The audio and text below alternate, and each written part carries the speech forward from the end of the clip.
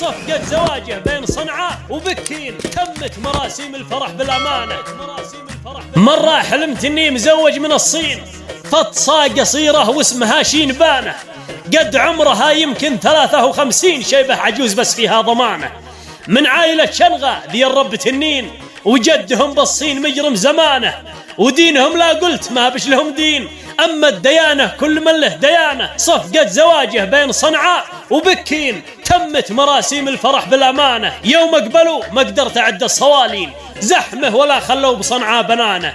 أول ضيوف ذي وصل جبل ضين، قد جنب الصالون داخل جحانه، واخر الموكب محل بط ببكين، عاد التكاسي حانبه بالصيانه. وفد الشواعه ذي وراها ملايين، ما عاد كفى 70 ذي جو ملانه.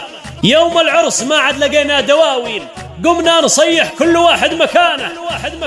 أزمة وهي أزمة بقع التخازين، حنبه وهي حنبة غداء للأمانة.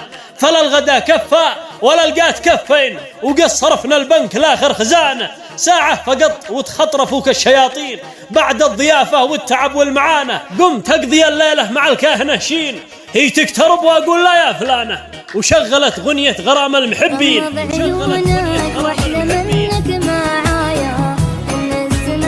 قالت نغني، قلت يا دانه الله معاش الصبح دار المسنين، مشتيش لا هدره ولا اشتي لقانه. صاحت بنص الليل وين الملايين، قلت ارقدي قد كل من سد ذانه، هو حلمي الملعون مهلش مساكين، الله لو هو صدق ويش الهيانه. ما عجهلت ارقد فجيعه من الصين، ولا من الكابوس حق شينبانه.